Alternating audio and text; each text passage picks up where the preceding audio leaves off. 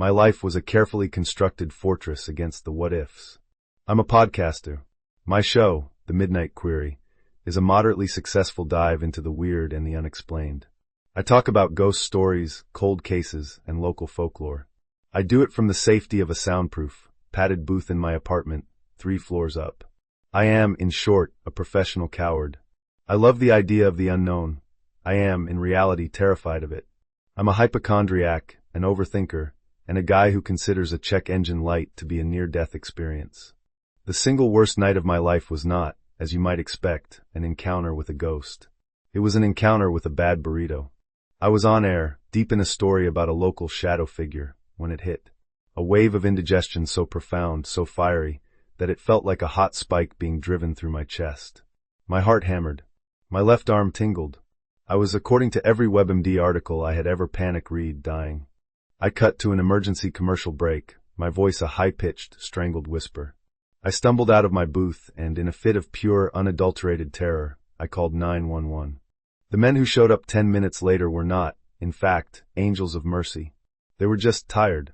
And one of them, the one who was clearly in charge, was the most grounded, intimidatingly calm human I had ever seen. He was tall, with a kind of weary, seen-it-all stillness, a scruff of a beard, and the most piercing, intelligent blue eyes. He just radiated competence. He took one look at me, pacing, sweating, and clutching my chest, and he sighed. "Okay," he said, his voice a low, patient rumble. "What's the emergency?" "My heart," I gasped. I'm having a heart attack." He and his partner did their thing. They hooked me up to the EKG. They took my blood pressure. They were professional, but with the bored efficiency of men who had seen this 1,000 times. After a few minutes, the calm one, his name tag said Sam, peeled the EKG stickers off my chest. "Well, Mr. Davies," he said, his voice flat, "your heart is perfect. Your blood pressure is a little high, but that's because you're having a panic attack. Did you have anything spicy for dinner?" My entire, terrified, adrenaline-fueled world just deflated. It was a wave of shame so profound it was almost worse than the fear. I had a burrito," I mumbled. He nodded. "Yeah, that'll do it." He handed me a small paper cup of water. "You're fine. You're just anxious. Try to breathe." He was a professional. He wasn't mean. But in his calm, competent, "you're fine" dismissal, I felt like the stupidest, smallest, most fraudulent man on the planet. He was a guy who dealt with real, actual life-and-death trauma. I was a guy who talked about spooky shadows and got taken out by a burrito. He left, and I was left with my shame. I couldn't get his face out of my head. That look of weary, professional patience. I had become one of those people. The worried well. A few weeks later, I was deep in research for a new episode. This one was different. It was a cold case. A hiker who had vanished 10 years ago in the Black Rock Quarry, a massive, abandoned gravel pit just outside of town. The place was notorious. It was a maze of cliffs, old machinery, and deep, dark green water. It was fenced off. It was dangerous. And I needed real audio to make the episode work. The sound of the wind in the pines, the water, the atmosphere. I was trying to prove something to myself. I wasn't just a coward in a booth. I could go out there. I ignored the half-dozen no trespassing signs. I climbed a rusted chain-link fence. And I was in. The place was amazing. It was a post-apocalyptic cathedral. Huge, crumbling concrete structures, rusty rebar jetting out like dead trees, and a huge, eerily silent quarry lake in the middle. It was perfect. I was getting the most incredible audio. I was walking along the edge of a high, concrete walkway, my microphone pointed at the chasm below, when the gravel under my foot just went. It wasn't a dramatic, movie-style fall. It was a stupid, clumsy, 100% my fault slide. I went down hard, my arms scraping against the concrete, and I tumbled about 10 feet down a steep, loose gravel slope. I came to a stop in a tangle of wild blackberry bushes. I lay there for a second, stunned. My expensive recorder was, thankfully, still looped around my wrist. But my arm was on fire. I looked down. A piece of old, rusty rebar that had been sticking out of the gravel had caught my forearm as I slid. It wasn't a scratch. It was a gash. A deep 4-inch, gaping, and very, very, very bloody wound. The panic was back. But this time it was different. It wasn't a phantom. It wasn't a burrito. This was real. I was bleeding. A lot. And I was in a fenced-off, abandoned quarry with no one around. I ripped off my t-shirt and wrapped it around my arm, trying to put pressure on it. I tried to stand. My ankle screamed. Sprained. Badly. I fumbled for my phone. 1 bar. I called 911. 911, what's your emergency? Hi, I'm at the Black Rock Quarry. The abandoned one. I fell. I'm bleeding. A lot. I think I need help. I gave them the details, my voice shaking, but this time, it was from blood loss, not just anxiety. It felt like an eternity. I was starting to get dizzy. The t-shirt I had wrapped around my arm was soaked through. I was pressing as hard as I could, but it was just so much. I heard the sirens. Then I heard a voice yelling my name. Mr. Davies. This is the fire department. Where are you? Down here. I yelled. By the old concrete plant. A minute later, 2 figures appeared at the top of the gravel slope. One was a firefighter. The other was Sam. My heart didn't just sink. It evaporated. Of all the EMTs in the city, it had to be him. He was in his uniform, carrying his heavy trauma bag. He looked down at me, and his face, it wasn't annoyed. It was just grim. You again, he said, but there was no humor in it. He and the firefighter scrambled down the slope, their boots sending a shower of loose gravel. He knelt in the dirt and blackberry thorns next to me. He didn't ask what happened. He just took one look at my blood-soaked arm. Okay, he said, his voice switching into that same calm, competent gear I remembered. But this wasn't for a panic attack. This was for this. He cut my makeshift bandage away with a pair of shears. He took one look at the gash. Oh man, I whispered, starting to feel sick. Is it bad? I've seen better, he said, his voice a flat, non-negotiable calm. He was already pulling on a pair of gloves. Okay, Liam. This one's real. You really did a number on yourself, huh? The fact that he had remembered my first name, and not just my last, was almost as shocking as the injury.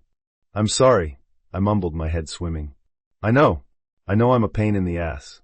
Shut up, Liam, he said, but it was gentle. He was all business, ripping open packages of gauze, pulling out a tourniquet. You're not a pain. You're a patient. And you're bleeding. I need you to stay with me, okay? You're losing a lot. He worked with a speed that was terrifying and beautiful. He applied the tourniquet, his hands fast and sure. He applied a pressure dressing, his touch firm, impersonal, and completely in charge. He was saving my life. The firefighter is getting the backboard, he said, his eyes on my arm. We're gonna get you out of here. He looked at my face, which was probably a lovely shade of gray. You're in shock. You're cold. But you're gonna be fine. I've got you. I just stared at him. This was the man I had been so terrified of, so humiliated by. And he was, without an ounce of judgment, holding me together. In the back of the ambulance, the world was a blur of bumps and the smell of antiseptic. The adrenaline was gone, replaced by a deep, cold, aching throb. Sam was sitting on the bench across from me, monitoring my vitals. We were alone. Heart rate is 120, he said, looking at the monitor. But this time you've earned it. I had to laugh, even though it came out as a pained croak. You remembered me. Oh, I remembered you, he said. He was cleaning the grit away from the edges of the wound, his touch surprisingly gentle. The shadow figure burrito guy. You're kind of a local legend at the station. Oh God, I moaned, hiding my face with my good hand. The humiliation. Hey, he said. I looked at him. He wasn't smiling. He was looking at me with those same, intense, clear blue eyes. You were scared. You called for help. That's the right move. I'd rather show up to 100 panic attacks than be a minute too late to this. Still, I whispered. I must seem like such a joke. A guy who talks about ghosts but gets taken out by a burrito. And then this. I'm not very brave. He stopped what he was doing. He just looked at me. You think this was brave? He asked, gesturing to my bloody, torn-up arm. This was stupid, Liam. This was trespassing. This was how you get yourself killed. Right. Thanks. But, he continued, his voice low, it takes guts to hunt for stories in the dark, even from a studio. And it takes guts to be as scared as you were, in my ambulance, and to still be as polite as you were. You kept apologizing. He shook his head. You're a weird dude. I didn't know what to say. He'd seen my most terrified, pathetic self. And he'd seen my stupidest, most reckless self. And he was still here. He finished taping a new, clean dressing. His work was done. He sat back, his hands resting on his knees. We were just 2 men, in the back of a speeding ambulance, surrounded by the quiet hum of the machines. So, I said, my voice rough. Am I going to be a local legend for this too? Yeah, probably, he said, a small, tired smile finally appearing. The Quarry King has a nice ring to it. I laughed. I owe you. Again. For, not letting me bleed to death. It's the job, man, he said. No, I mean it.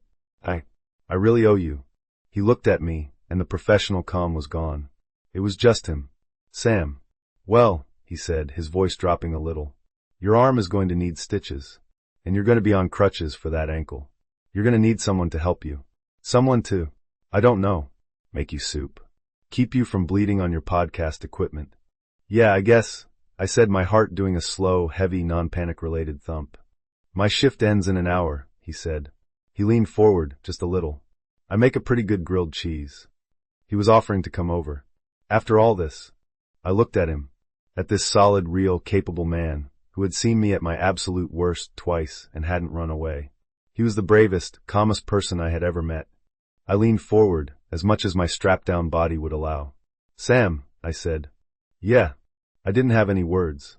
My job was words, and they were all gone. So I reached out with my good hand, the one that wasn't covered in blood and dirt, and I put it on his.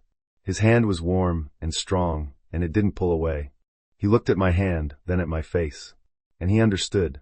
He leaned across the small space between us, and he kissed me. It was not a movie kiss. It was clumsy, and it was brief.